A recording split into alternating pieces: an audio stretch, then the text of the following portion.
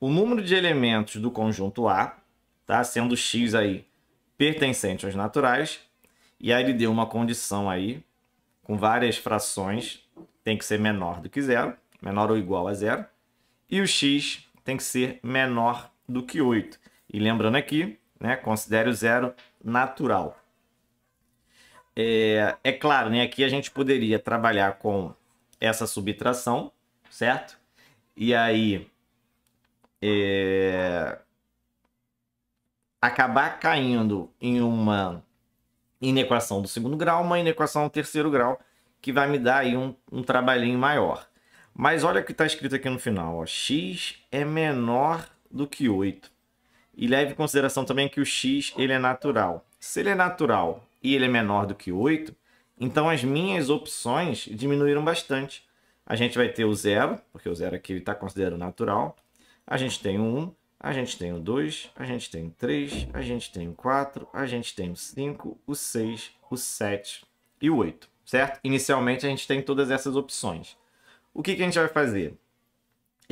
Olhando a primeira condição que ele deu aí, que seria essa aqui que eu vou botar aqui em verde, a gente tem frações, certo? Frações. E uma parte importante que a gente tem que levar em consideração em frações é que o denominador ele nunca pode ser zero, tá? Denominador de frações nunca podem ser zero, porque senão a fração fica ali, ela não existe, tá? Então a gente sempre vai tirar os valores de x em que a fração vai ser zero. Então aqui, ó, nesse primeiro, x menos 1. Qual é o valor que o x não pode assumir? Não pode assumir o valor 1. Então aí a gente já tira o número 1, que não pode ser solução. Nesse segundo, ó, x menos 2. Então ele não pode assumir o valor 2, porque 2 menos 2 daria 0. Já elimina esse. E o último, x menos 3, a gente também já tira esse daqui, porque se eu substituir ali, o denominador vai dar 0. Então aqui, na verdade, a gente tem aí 2, 3, 4, 5, 6... Desculpa, né? O 8 também não entra, né? Porque aqui o x ele tem que ser menor do que 8, tá? Então o 8 não entra, é menor. Ele entraria se fosse menor ou igual a 8, tá? Vamos eliminar o 8 também. Então eu tenho aqui 5 opções, 5 alternativas que são candidatas à solução. Eu ainda não sei se é a solução. O que eu tenho que saber, o que eu tenho que fazer para saber se elas realmente são elemento de A ou não? Eu vou ter que testar, tá? É muito mais fácil eu testar esses valores do que eu trabalhar com aquela inequação, descobrir ali os zeros, onde é positivo e negativo, e pegar as partes que são menores ou iguais a zero, tá? Porque aqui eu só tenho 5 alternativas. Então, se eu pego aqui o x igual a zero, o que acontece quando o x for igual a zero? Eu vou ter, ó, 1 sobre... Aí eu estou substituindo aqui nessa parte em verde. Tudo que tiver x eu vou substituir por zero. Eu vou ter 1 sobre menos 1, menos 1 sobre menos 2, menos 1 sobre menos 3, tá? Então, trabalhando aí com a regra do sinal, o que vai acontecer? Ó, deixa eu só puxar aqui um pouquinho para o lado.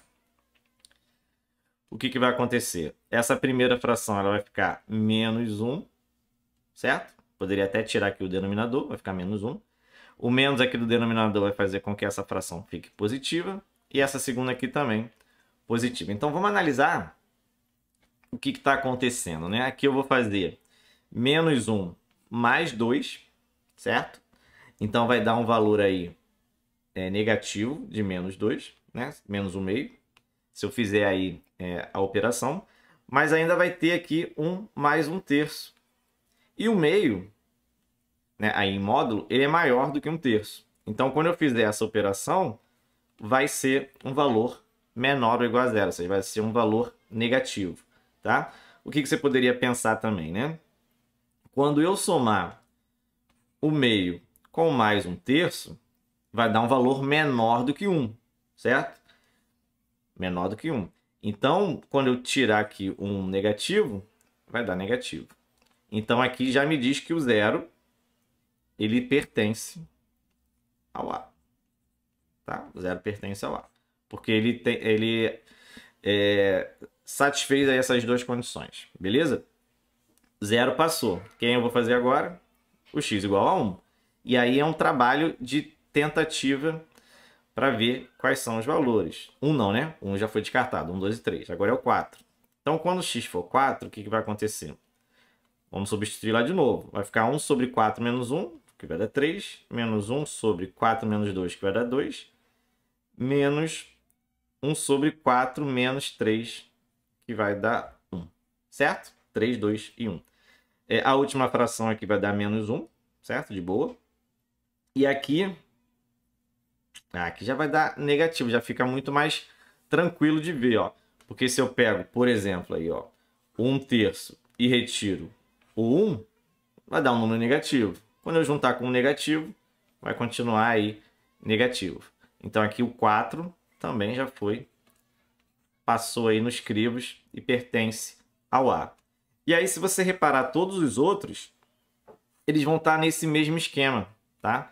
Quando eu pegar, por exemplo, x igual a 5, o que vai acontecer? Mesma história, vou testar. Então vai ficar 1 sobre 5 menos 1, que é 4, menos 1 sobre 5 menos 2, que é 3, menos 1 sobre 5 menos 3, que é 2. Então nota que todos eles como os denominadores eles estão decaindo, né?